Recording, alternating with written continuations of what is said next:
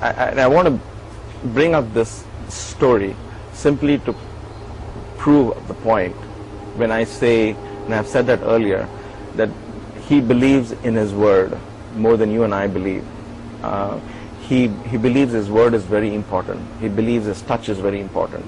He believes his look is very important. So he knows what he is talking, what he is doing, when he is doing. And this one experience can prove beyond a point to anybody out there, and it goes beyond the science of medicine, of healing, of anything that you can think of, because it's a fascinating story. And I'm so grateful it happened to me, because other than just the experience of it, it's taught me a lifetime of lesson of being humble.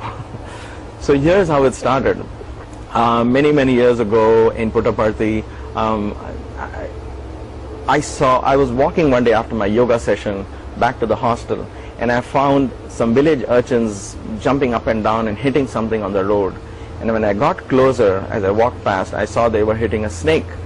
And my heart immediately went out to that snake.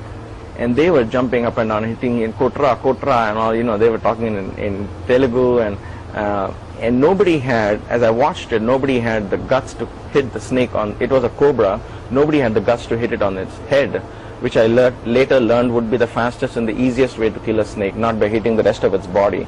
So this poor snake slithered away, more bruised and more dangerous, I guess, than before. And these boys were saying, good, we should not allow this. That's why I tell you, we have an amazing way to justify whatever we do. We can kill a snake and justify it. We kill human beings and justify it in the name of religion. It's fascinating how we can justify anything and everything.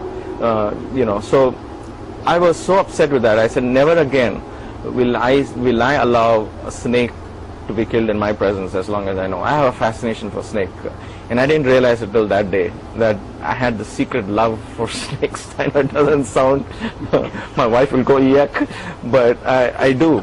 And so I started catching, and Puttaparthi, the name of Puttaparthi is anthill, the house of snakes, the name itself. So there is plenty of snakes, and being the tropical climate, there's plenty of cobras, the brown cobras.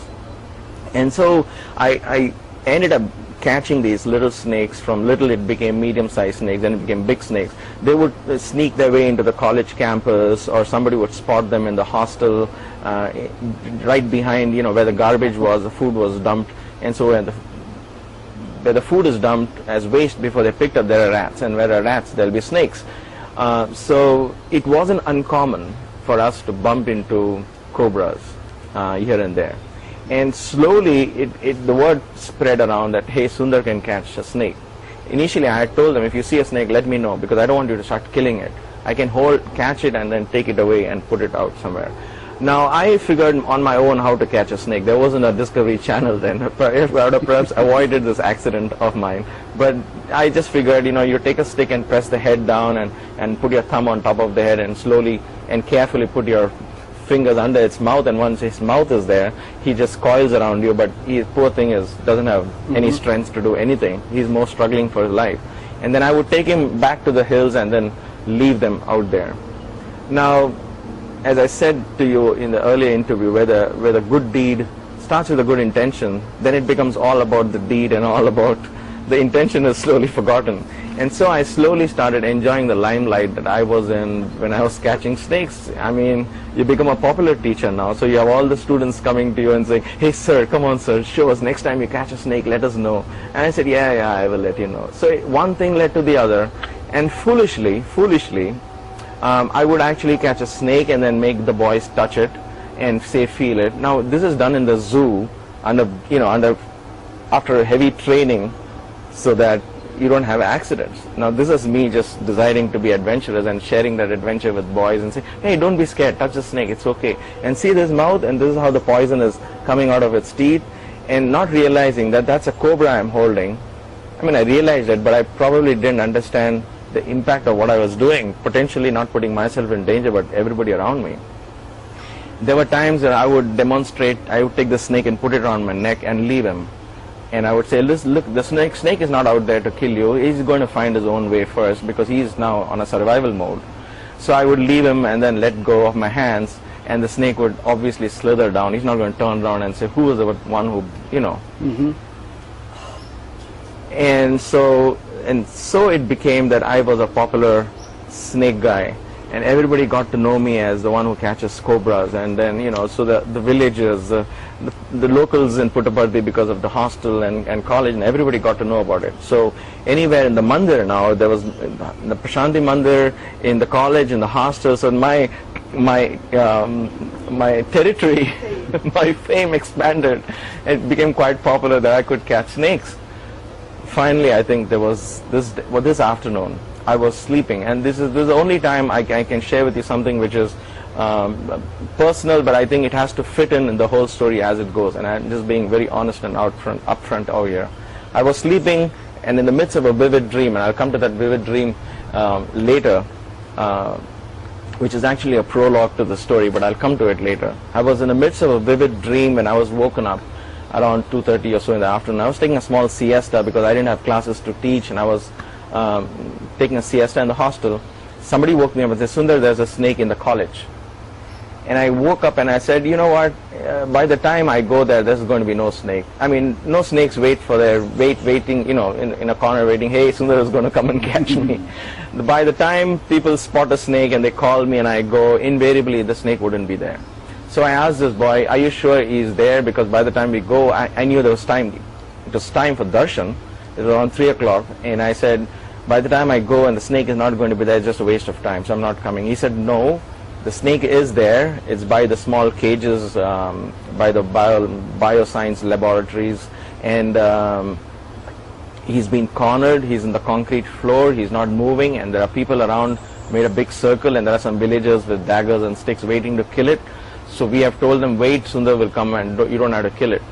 So I said, all right, I'll come. And since I got up from sleep, I wore my Hawaiian sandals, you know, like the one you're wearing, where your toes are all completely exposed, like this famous Puttaparthi sandals. Flip-flops, thank you. Flip-flops. I wore the flip-flops, quickly wore my flip-flops and started walking towards the college. Normally I would wear shoes. I would always remember to wear sneakers. By then we were in sports meet and we had sneakers and things like that. But that afternoon, I don't know, I wasn't thinking correctly. I wore my flip-flops and started walking to the college.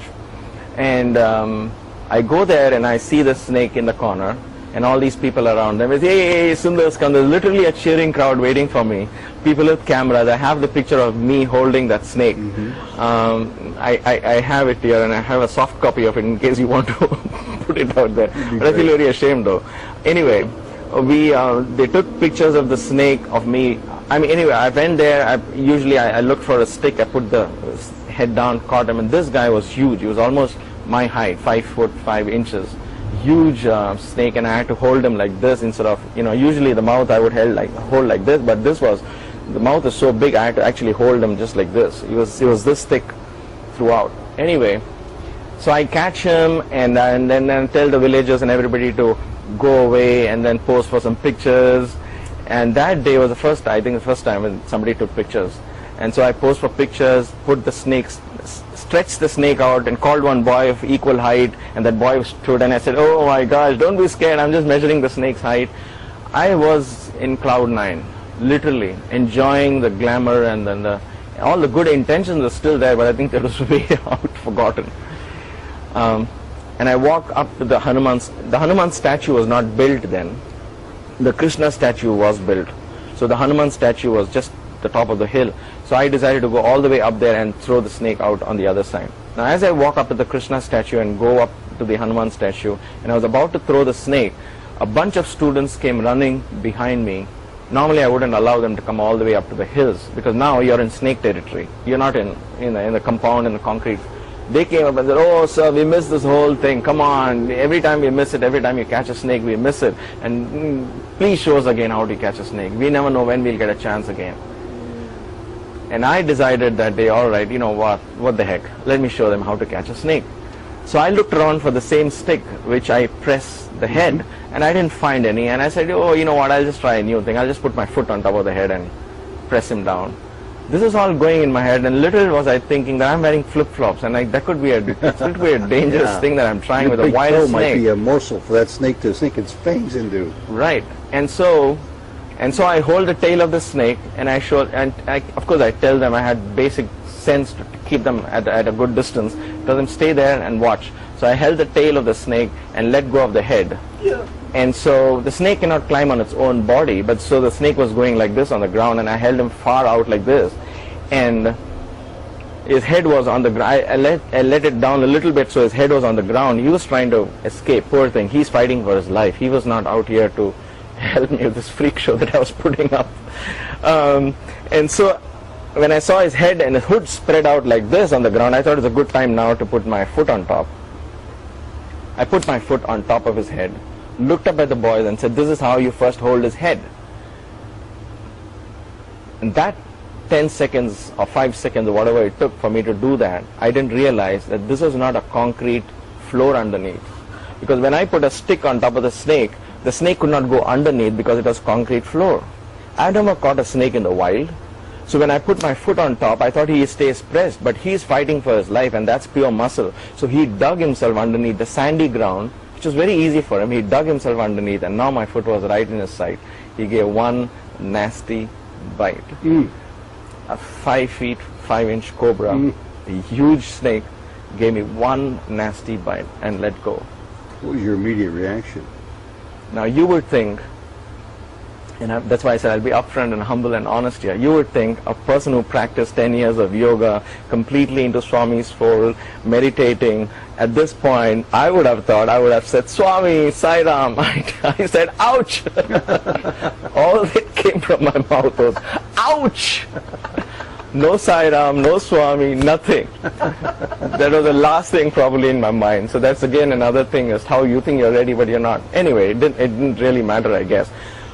At that point, I felt a sharp twinge of bite. I knew it bit me. So I quickly flung him into the bushes, and I maintained a straight face, and I told the boys, oh, hey, it's okay, let's go back. Two of my colleagues were with me. They saw this happening. They were much closer than the other boys. The other boys didn't know exactly what happened. So these colleagues, two of them, they said, Sundar, have you been bit? I said, yeah, I think I've been bit, but let's go to the hospital. Don't worry, it's okay. My initial thing was negation. I just wanted to negate the whole thing as if it didn't happen, because it was too much for me to think of what if it's true. So the immediate reaction was, oh, no, nothing, it's not big. I'll just go to the hospital and take a blade and slice it out and let the blood flow out, and I should be okay. And then as I started walking from where the Hanuman statue is now to the Krishna statue, which is probably a couple of 100 yards, by the time I started walking down, then the pain hit me. All of a sudden, it started hitting me, and then I thought my foot was on fire, because that's poison. I couldn't even take a step. The pain was unbearable. That's when I realized I cannot go to the hostel. I have to go to the hospital, which is again walking distance. I wasn't afraid of snakes because I've caught them so many times. The thought of death and other things didn't hit me yet. All that, the pain was so immense, I told the boys, okay, let's head to the hospital. Two of my colleagues were with me. So they said, all right. One of them was a science student. He said, Sundar, you're not supposed to walk. It's a snake, cobra has bit you. Let us carry you. I said, carry me? No way. Look at create a scene. I don't want to be carried. The great snake Chama cannot be carried. I said, I'll walk to the hospital. I did everything that was not the right one. I tied a tourniquet, you tied a tourniquet, but I tied it in the wrong place. And I tied it in the ankle out here, if you can. Yes. And the reason why I want to show it is because I did take the precaution as I thought. So I tied a tourniquet here, but apparently both sides are bones here. So when you tie a tourniquate here, it's not going to be helpful. You should tie a tourniquet here. But I tied it here. Okay. And this is the place where the snake bit me. It's a big mark. It still hurts me. And it's a big mark. It's huge. Yeah, this is exactly where it bit me. And it became a mark, and I'll come to this in a bit. But so the tourniquet that I tied here was not helpful. Apparently, as the doctors told me later, he said, that's the wrong place you tied a tourniquet. Hey, like I said, there was no Google, there was no way for us to prepare for this. Anyway, so I walked to the hospital, and Dr. Alreja is waiting there to greet us. Now, as I'm walking to the hospital, though the pain was unbearable, I'm still talking to my colleagues, and I'm telling them, hey, listen, we go there, Dr. Alreja is going to be there. Now, I have been in Baba's room, and I know every evening Dr. Alreja meets Baba. So now it's hitting me like, oh my gosh, what have I done? What have I done? I mean, I could be sent home for this stupid act of trying to be a snake charmer and putting myself in danger? What if Baba gets to know about this physically? I mean, pardon us, because we are so close to him, sometimes we treat it. What if Dr. Alreja gets to know what happened, and if he tells Baba this, I'm going to be out. Baba is going to get so angry of what I did. He could send me out of the ashram. And so I tell these boys, please let me do the talking. You guys don't talk. I'm going to stretch the truth as much as I can. And I'm going to tell Dr. Alreja that I was in the college, I was doing social service, and I got bit by a snake. Social service was one of the things where boys would go dig up roads and help villages do, out there working, cut grass for them and things like that. So I'll tell them I was in the college doing social service. And my definition of social service was helping the place get rid of snakes. And Sure. so, Well, it would loosely stretched thin enough, maybe cover possibly a little bit.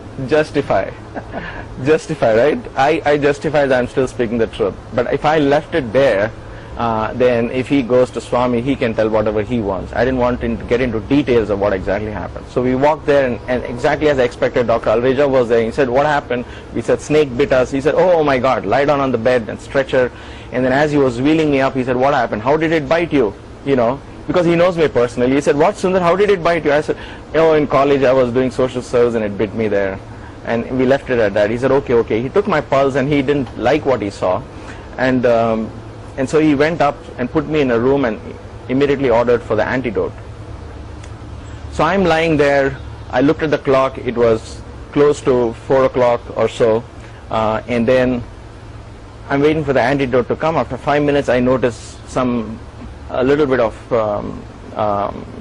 unrest among the doctor, and somebody came and told Alreja something. He said, he looked worried. He walked away. And one of my colleagues came back to me and he said, Sundar, it's okay. No, nothing happened.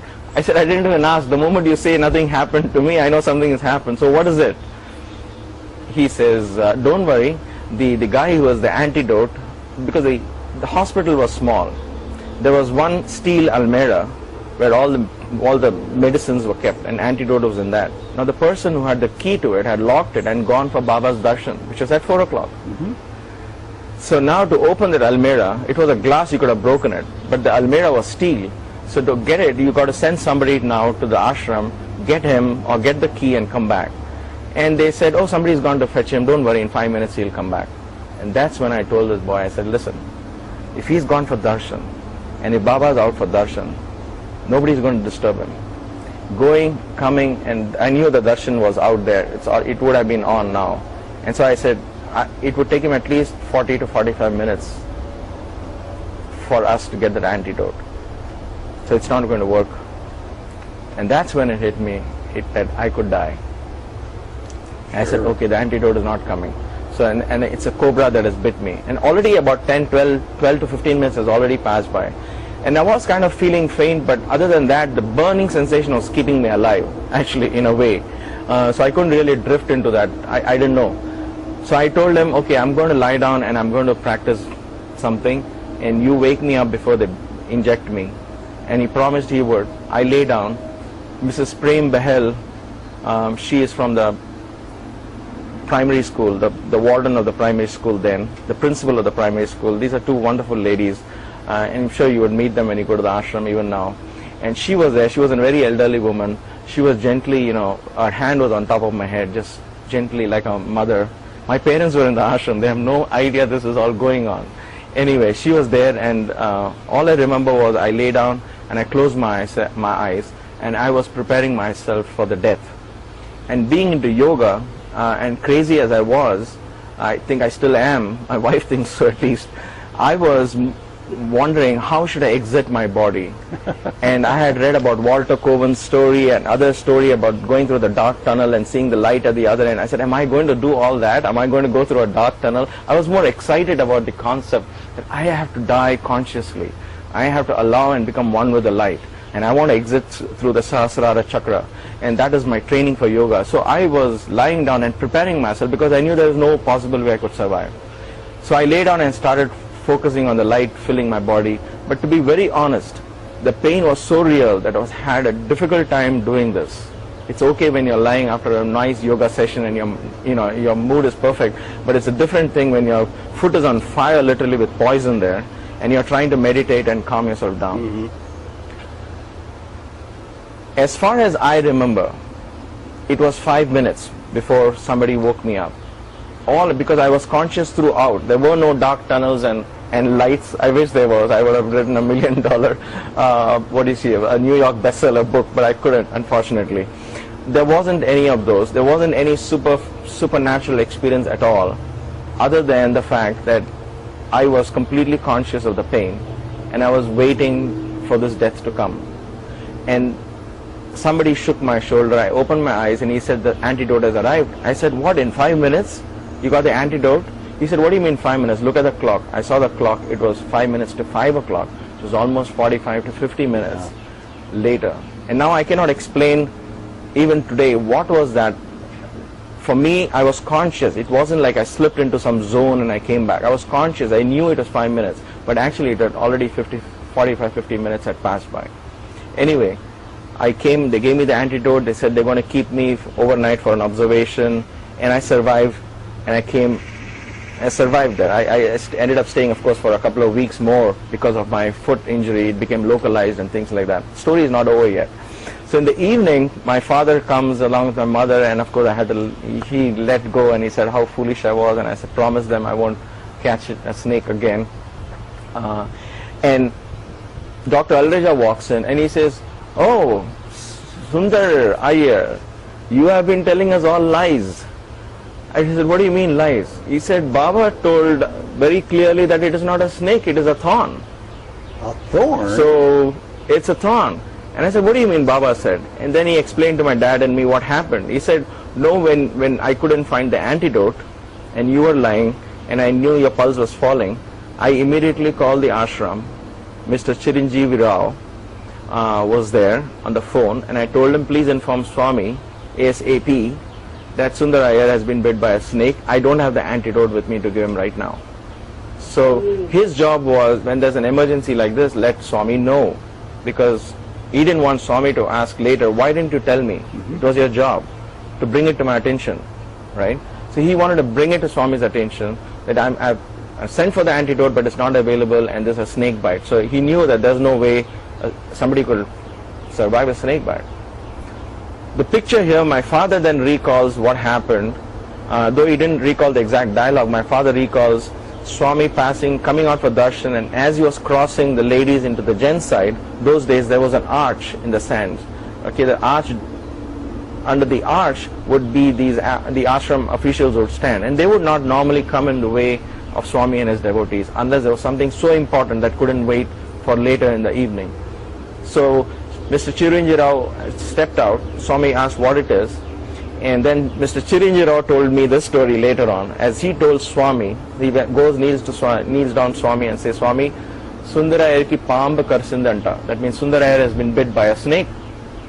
And Swami immediately retorted back. He says, no, that fellow is a drama boy. He's just doing it for my attention. It's not a snake, it's a thorn. It almost like rebuking him, saying, why did you disturb me for such a trivial thing? Adi em ledadu urke mullu adi paambu kaadu urke drama chestunadu vadu. That's amazing. He is doing a drama. It's not a snake. It's a thorn. Don't disturb me for this kind of something like that, and walked away back into the darshan. So Chiranjeevi Rao called back, and he probably was strong in a strong voice. He told Alreja, what do you mean you're making me disturb Swami for these trivial things? So Alreja comes later and tells me, Sundar, you have been telling lies. This is what happened. But what would account for the pain and the venom and whatever came off that thorn must have been like a snake venom. You and I know it's a snake, and all my friends knew it was a snake. I knew it was a snake. But here's the thing. Here's the whole thing. I was so upset that evening when I heard this verse. I said, no vibhuti, no nothing. All I get is this kind of a thing, and Swami just puts me down, make me look like a fool. It was a snake, Swami. Come on, give me a break. You can't say it's a thorn. I was thinking in my head. All right. 2 years later. 2 years later. I never got an answer for it. I kind of, went past that story, and I forgot about it. I always wondered why was it that a snake bite, a cobra bite, which is supposed to be systemic in nature, which would cut your oxygen supply to the brain and immediately kill you within 15-20 minutes. How was the whole thing localized in my foot? and then it became a local wound, and the wound was treated, blah blah blah. That's a whole different story. But I was always wondering why and how. I mean, I didn't have any supernatural experience either, so it was like a big thumbs down from me. But I definitely learned the lesson that I would never go and do this snake catching incident, at least not in public's view, and I kind of completely refrained from doing any of such things again. 2 years later, now that's why I said there's a prologue and an epilogue for this. Let me finish the prologue now. As I was lying that night in the hospital and I was thinking of the day's events, that's when it hit me how foolish I was and how serious I could have been in trouble. And I actually died. My parents left and everybody left, and I was just going to sleep. And then it struck me that the afternoon, if you remember, I told you I was in the midst of a vivid dream and I was woken up. I went back to that dream and it hit me all of a sudden. In that dream, I had died, and I'm opening a manhole and I'm coming out of it, and there's very cloudy skies, and I see my grandfather and great-grand aunt and all these people around me. It's fascinating. I'm seeing all of them in this dream. I recollected that dream, and as I'm saying this now, I can get that dream. It was so vivid and clear. And I look around, and in a distance, a palanquin is coming towards me. 4 people are carrying a palanquin. They put it on the ground, and the curtain parts, and there's Swami inside. He says, "Come here." So I go to Swami, and I kneel down, and Swami says, "Do you want to come with me, or you want to go back down?" And I look at Swami, and I'm thinking of the chances I'm getting with Swami down there. I'm thinking, "Swami, I want to go down." He said, "Good, take namaskar." So I remember touching his feet, and I was woken up, and all this happened. I didn't even have time to recollect that dream until that night, which was for me very fascinating as to what was it. But then I just dismissed it as a dream. I said, "Yeah, okay, maybe it was a coincidence, maybe there's something I don't know, maybe it was something." I just didn't put 2 and 2 together. The epilogue came 2 years later. So I had forgotten about it. 2 years passed, and then more gymnastics took place, sports events and dramas went on, and more occasions to meet Swami, and other things took priorities, and this was a long forgotten story. 2 years later, Swami's 65th birthday, or I think it was around that time, I was sitting and we were discussing the drama and the play, and then Swami was talking to me, and I was making all the notes, and towards the end we all got up to touch Swami's feet and got away, and I got up too to touch his feet and leave the room, when he looked at my feet down and he said, "What is that mark on your foot?" Because by then it's a scar which is there even today. And he says, "What is that mark on your foot?" I froze. I said, "No, Swami, please don't make me say anything. I'm going to get into trouble now. I don't want to, you're standing in his presence. I couldn't obviously lie or even stretch the truth. I have to be blunt and honest about it. But I hate it to face the consequences of something which was done 2 years ago." I looked at him. He said, "What is it? Why is that such a big mark?" Very innocently. And I said, "Swami, snake bit me. Swami, paambu karisindi." "That is a snake bite? Is it a snake?" "It wasn't a snake, was it?" He looks. And I'm looking at Baba, and I'm telling him almost instantly, "No, Swami, it was a snake." Now, I want to pause for a second here, just because in Krishna and Arjuna's relationship, Baba would often tell this story, and it's a very common story from the scriptures. He would say, Krishna would look at a parrot and tell Arjuna, "Look at that crow." And Arjuna would say, "Oh, but that's a beautiful crow." And he would say, "Oh, it's not a crow, it's a parrot." Arjuna would say, "Oh yes, it is a parrot." And then, so Krishna said, "Don't you have something of your own? If I tell it's a parrot, you're saying yes. If I say it's a pigeon, you're saying yes." Arjuna told him, "If it's a parrot for you, it better be a parrot, because I would say yes, because you can change a crow into a parrot into a crow." I would say yes. Now I thought, I liked that story, but here I am, when he asked me, looking into my eyes, it wasn't a snake, it was a thorn, wasn't it? Wasn't it? And I'm looking at it and saying, "No, Swami, it's a snake." Well, that part you hadn't said until right now. So he actually said that to you, that no, it'll come to that. Okay. What he said was, "It wasn't a snake, was it?" I said, "Swami, no, it was a snake." I wasn't an Arjuna then. Again, another humbling factor for me. I think of that today, and I said, maybe I should have just agreed with Swami. But my senses and everything, for me, we cling to our own reality. That's what I think. The truth as you saw it. As I saw it, but that's not what we see here. Is not the truth. That's the whole beauty of it. Anyway, so I said, "No, Swami, it's a snake." He said, "Chichi, your imagination, go," he said. As I was leaving the room, he paused, he said, listen. And that time it was a different voice, completely different voice, a voice of one who knows. Listen, he said. I turned around and looked at Swami. He said, from my mouth, I will never say it is a snake. It is a thorn, it is a thorn, it is a thorn. From my mouth, I will never say it is a snake. Na notu nunchi adu mullani eppadiki raadu. Na notu nunchi adu paambani eppadiki raadu. Adi mullu, mullu, mullu. Po, he said. And as I came out and sat in the bhajan hall, I was shivering because the truth of that statement hit me. And then I recollected 2 years ago when Chiranjirav told him, at that moment, there was no time left. It was just at that time when he had to decide and will it. There was no time even to write in the air and wave palms, no time to create vibhuti and send it to me. Almost instantly, in a matter of rebuking, he said, no, it's not a snake, it's a thorn, he's an actor.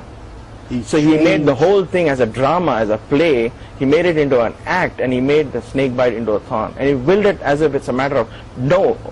Now I realize why that was so fast and so abrupt and so sudden from his voice. He saved the sternness in his voice was willing it then and there.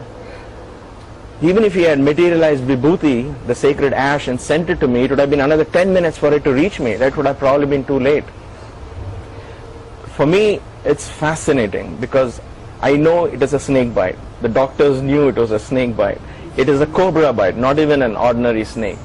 And for one to survive that by itself is a miracle. And for one now, 2 years later, to hear somebody saying, I will still not say it's a snake. It is a thorn, it is a thorn, it is a thorn. So that is why I say he believes that his word is so powerful that he can, even 2 years later, if he had agreed with me it's a snake, maybe it would have had its own consequences then. He transmuted our idea of reality to keep you from dying a torturous death from the venom of a snake, to have you undergo in its place the pain of a thorn. Yes. Prick into your foot. He localized, the whole poison was localized. I had so many other doctors who came to me weeks later after that and started talking to me and asking me, how is it? Because they were trying to put 2 and 2 together. For them too, it was something they couldn't accept. Even though they were Baba devotees, they couldn't accept how was this possible. How could a cobra bite not have killed you? Especially after having, you caught the snake, you had the snake in your hand. And of course, many years later, I shared this. When I told you about Baba picking me up to speak in Bombay, this was the story I told. This is the one you said in Baba's presence? In Baba's presence in Bombay. And Baba Did you look listened to the around whole. to see how he might have reacted to that story? No, I didn't. By then I was, after Baba confirmed to me, saying it's a thorn, and the way he said it, the 2 things touched me most. One was, a mother would never say my son was near death experience. She would never say that. So that was one part of him saying, I will never say it's a snake bite. And the other part was his divinity saying, no, I will never say it. I've said it's a thorn, it's going to be a thorn. Wow. It will always be a thorn. Sundar, read my lips, it was a thorn. that's exactly. Pretty much what he was insisting. Exactly. In spite of your snapshot of reality. Yes. From your senses, from the pain, from what you knew to be the case. Yes. And that's so powerful because when he says something, it happens. That's why when he said there would be a hospital, there was a hospital. When he said this would be a university, there was a university. There's nothing stopping him. He would will it. And that is what awakens me from the depths of sleep once in a while as to where does that power? Who is this person? Who is this being walking amongst?